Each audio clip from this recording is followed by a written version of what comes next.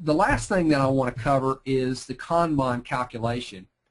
And basically what that's doing is it's allowing you to look at historical usage and or future demand forecast requirements for a part. It's using MRP in that case.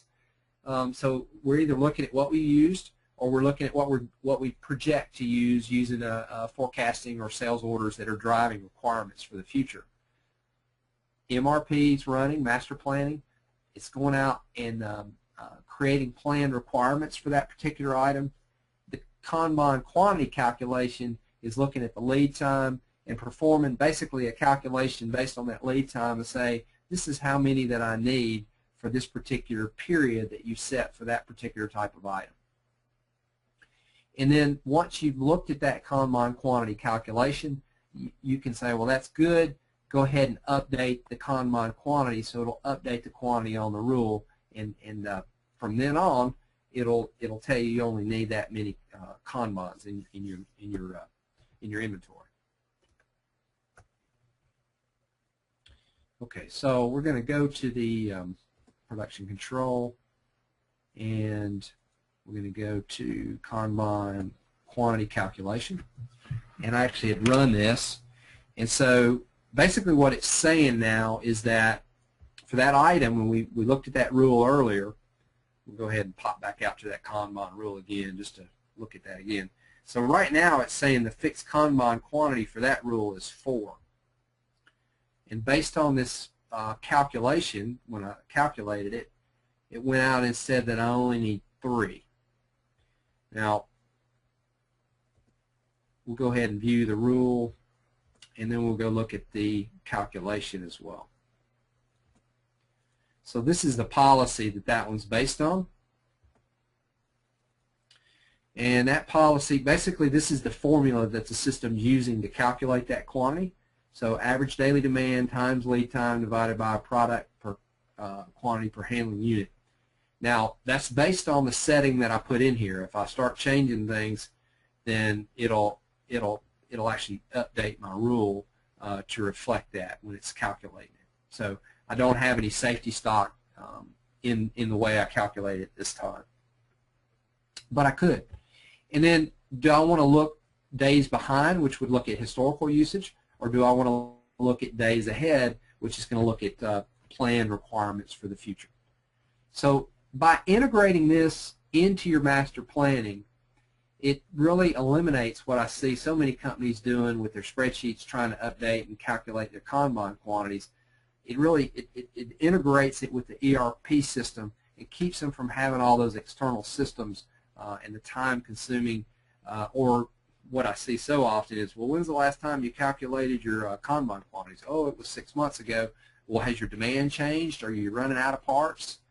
Yeah, we are. So this tool really does a good job of helping give you an easy way to run this periodically and calculate what your Kanban sizes ought to be.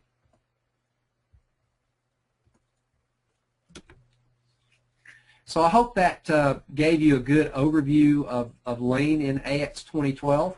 And you know, as I've mentioned, we can show you a detailed demo of any of the pieces that we didn't see today, or if you want to dive into some of the pieces we showed today in greater detail, we'd be glad to do that. Mike, are you there? I am here, and all right. We've had quite a few people in the audience today, so there's really no organized way that I can, really open it up for comments and that kind of thing. So, like I mentioned, I will circle back to you.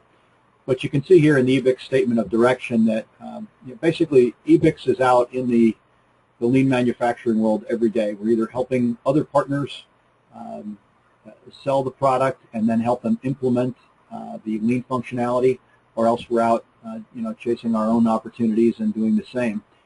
So because we're out there all the time, we're seeing what the true need of the market is, and what we're doing is working with Microsoft on their schedule, and then where appropriate, we're coming up with modules or extensions that add lean process support capability options for the customers.